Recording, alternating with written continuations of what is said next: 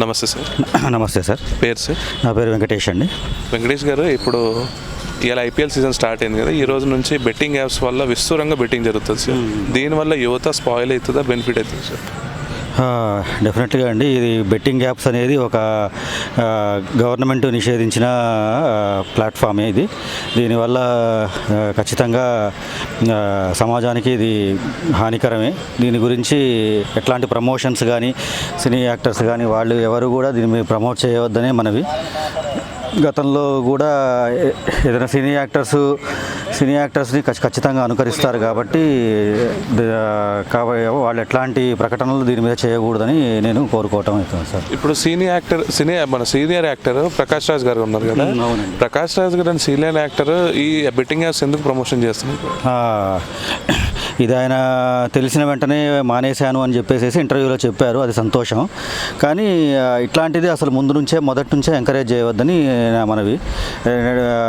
గతంలో పేపర్లో చూసినట్టు గతంలో చిరంజీవి కూల్ డ్రింక్ యాడ్ చేస్తేనే సిపిఎం పార్టీ వాళ్ళు, నారాయణ గారు వాళ్ళు విమర్శించారు. దాంతో ఆయన బాధ్యత గల పౌరుడిగా, దేశ పౌరుడిగా ఆయన విరమించుకున్నారు.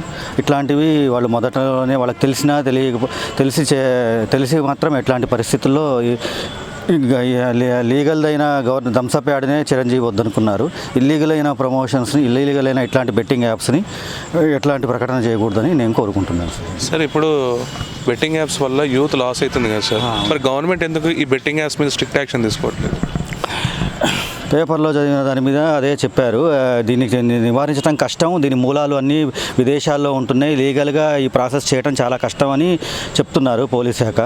మరి దీని గురించి చైనా యాప్స్ని ఎట్లయితే డిలీట్ చేసి మరి చాలా వరకు గవర్నమెంట్ యాక్షన్ తీసుకుందో, ఇది కూడా వీటిని కూడా ఫిల్టర్ ఇట్లానే వడపోసి ఇట్లాంటి హానికరమైన యాప్స్ ఇక ప్రజలు కానీ యువత కానీ ఎట్లాంటి వాళ్ళు యూజ్ చేయకుండా దీని మీద మానిటరింగ్ ఉండి నిషేధించాలని కోరుకుంటున్నాను. ఇప్పుడు ఈజీ మనీ అనేది శాశ్వతంగా ఉంటుందా సార్ యూత్కి? లేదండి, డెఫినెట్గా ఉండదు. ఈజీ మనీ అనేది ఎప్పటికైనా సమస్యే. ఏదైనా కష్టపడి సంపాదించుకున్నదే నయం. అది ఈజీ మనీ అనేది దానికి వల్ల ఎట్లాంటి ఉపయోగం ఉండదు ముందు. మొత్తానికి అయితే ఇప్పుడు యూత్కి ఏమని చెప్తారు సార్? ఇప్పుడు క్రీడలాగా చూడాలా, బెట్టింగ్ చేసి ఆస్తులు అమ్ముకోవాలా? బెట్టింగ్ చేసి ఆస్తులు అమ్ముకోవటం అనేది అది సమర్థనీయం కాదు. క్రీడలాగానే చూడాలి. ఇట్లాంటివి ప్రమోట్ చేయొద్దని సినీ యాక్టర్స్ని నమ్మవద్దని ప్రజల్ని కోరుకోవటం. Okay sir, thank you. నమస్తే సార్. నమస్తే. పేరు సార్? శ్రీనివాస్ గారు, ఇప్పుడు బెట్టింగ్ యాప్స్ వల్ల యువత స్పాయిల్ అవుతుంది, ఈజీ మనీ కోసం అలవాటు అవుతున్నారు సార్. ఈ బెట్టింగ్ యాప్స్ యూజ్ ఉంటుందా సార్, లేకపోతే లాస్ ఉంటుంది? యూజ్ ఏమి ఉండదు, అంతా లాసే. ఐపీఎల్ సీజన్ కూడా స్టార్ట్ అయింది కదా, ఈ చదువుకునే యూత్ కూడా ఖరాబ్ అయిపోయి దానివల్ల బాగా నష్టపోతున్నారు. తల్లిదండ్రులకు కూడా దాని బాధ్యత కూడా వర్తించట్లేదు. తల్లిదండ్రులకు కూడా బాధ్యత ఉండాలి కదా.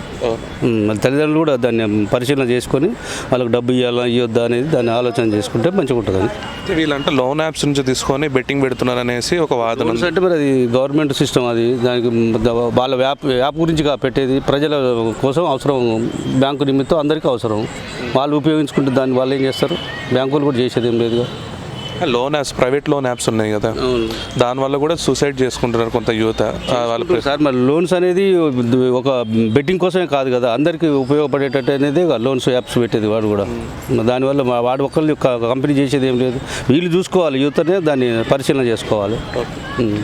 ఇలా ఐపీఎల్ సీజన్ స్టార్ట్ అవుతుంది కదా సార్, ఎంతలో ఇప్పుడు బెట్టింగ్ అనేది కొన్ని కోట్లలో జరుగుతుంది. గవర్నమెంట్ ఏమైనా స్ట్రిక్ట్ యాక్షన్ తీసుకుంటారు?